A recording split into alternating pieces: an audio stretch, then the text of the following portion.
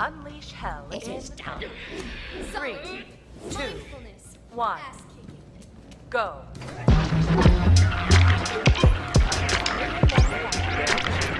How's it going, folks? Erik Knight here. Today I've got a character guide for Miko, the most well-known support character in Battleborn, and one of the best at it. Now there are a lot of ways to play Miko, but before we get into how I build them and my gear loadout, let's get something out of the way.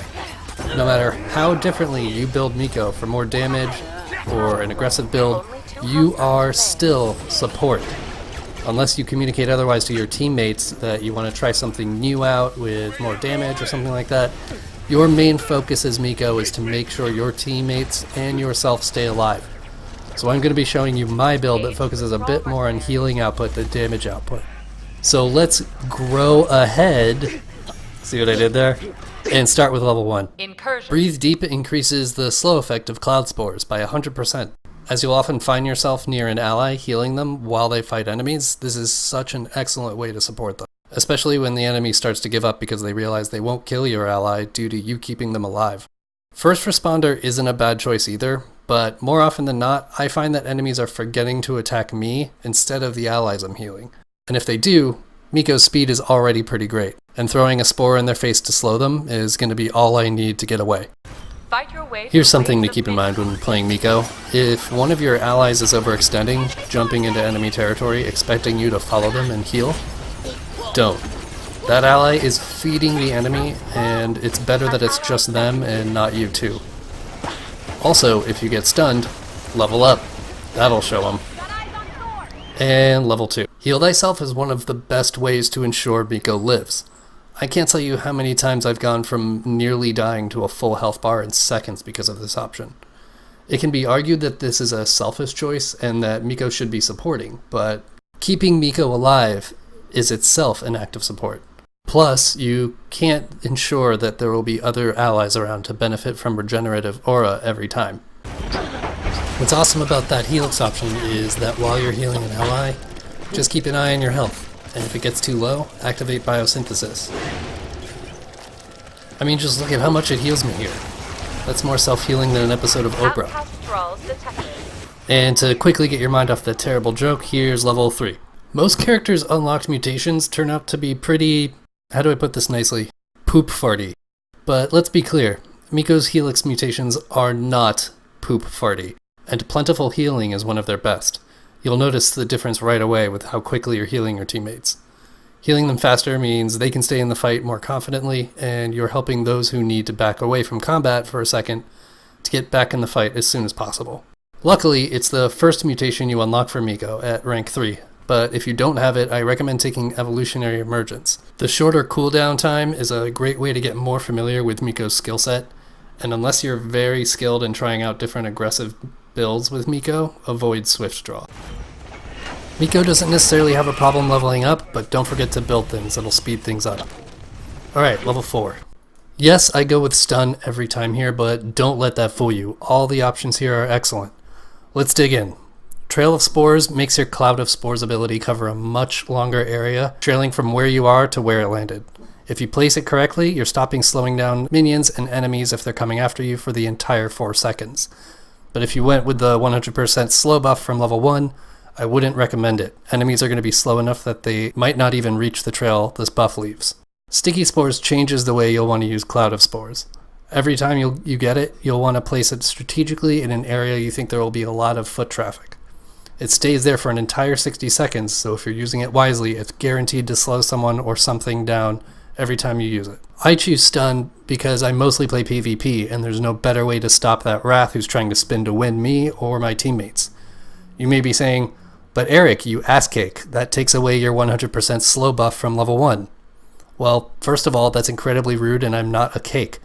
Secondly, I have the choice of slowing or stunning depending on where I throw the spore. This option makes Cloud of Spores more versatile. Another tip, the same way you don't want to run after allies that are overextending and heal them, you also don't want to run to allies who are going all the way back to your base or a healing station. You want to keep Miko in the middle. Alright, level 5. Sometimes after keeping my team's health up, I have time to throw some kunais at the enemy.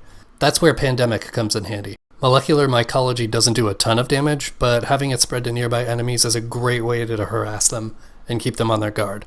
There's nothing wrong with toxic transfusion, especially if you're having trouble keeping your health up, or if the enemy team has realized they need to attack you before everyone else. I don't see too much merit in pervasive poison, but if you're a little more advanced with Miko and trying out different aggressive builds, I can definitely see it being a good asset. You may already know this, but poison effects do wonders against enemies who can cloak themselves. This Oscar Mike can't escape me and my teammate because of the numbers popping up above him from my poison kunais. Keep that in mind. Level 6 is one of my favorites. If you've been enjoying how fast you can heal your teammates with the level 3 buff, hold your bladder because Healer's Oath raises that entire amount of healing by 25%. While biosynthesis is active, you'll be healing yourself and allies so fast, you'll have enough time to help fight back, go grab shards to build things, and read all the love letters from your healthy teammates.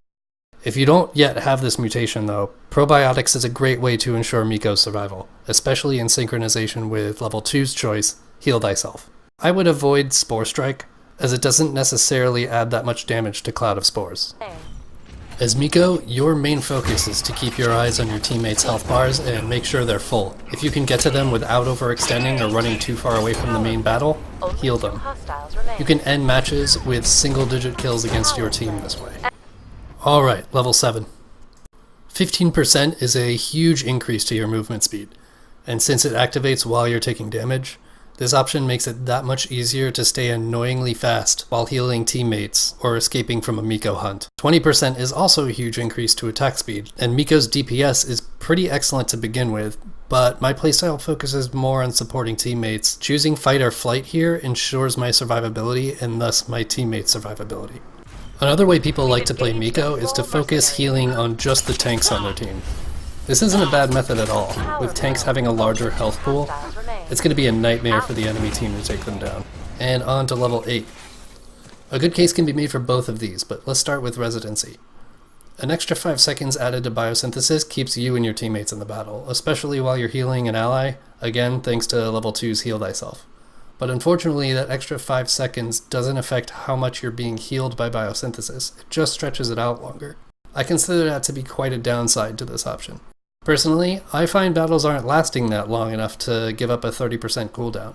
They're more sporadic, see what I did there? So I prefer to have my biosynthesis almost always at the ready. But at the end of the day, I think both of these options are pretty similar, and it really just comes down to personal preference. You've seen a lot of footage of me attacking and getting KOs with Miko. That's because I know my allies are safe and the enemy is outnumbered. That's the only time you should be attacking with Miko. But enough of my preaching, let's get on to level 9. Once again, both these options are great. Your choice depends on the game mode and how you see your enemies react to your cloud of spores throughout the match. I typically end up going with duration. Adding 10 seconds to an area that slows enemies is just too good in my opinion.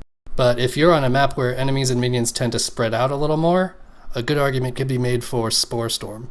But keep in mind, by choosing the stun option at level 4, you have to be very careful that you hit the ground and not an enemy, otherwise the stun will get rid of the slowing effect, rendering both of these options useless. And here's a little last minute KO porn before we get to level 10. And this has to be my favorite Miko taunt, I don't care what anyone says. Okay, level 10. Avoid Bark Skin. It's tempting to think beefing up your mushroom's health is going to keep it alive, but I promise you enemies are smarter than that. And if you're placing your mushrooms in the right places, behind certain things your enemies don't see, this option is pretty useless. We Are Many is a great choice. If you're placing your mushroom in places your enemy can't see easily, it stays alive, your allies have a reliable place to heal up, and the enemy is going to have to overextend or put themselves in danger of your team in order to kill it. But I absolutely love Vicious Strain. It works beautifully on minions and melee characters, but it works even better when you place it in an area you know your enemy is going to have to travel in order to get to it. For example, directly around a corner from enemy traffic. It'll annoy the hell out of your enemies because they won't be able to get to it and they'll know it's keeping your team alive. So let's move on to my gear loadout for Miko. Because this is a support character, I maximize Miko's potential in that regard. buff to health makes Miko just a little more able to survive, and the added bonus to healing received while taking damage is great when biosynthesis is active, and even better when I'm also healing an ally. I stack a couple more healing received buffs to make sure Miko stays alive so I can help out my team. And heal power doesn't just help me heal my team faster, it helps me too. And because Miko is an Eldred, I make sure all of their gear is equipped with a shield penalty to bring down the activation cost.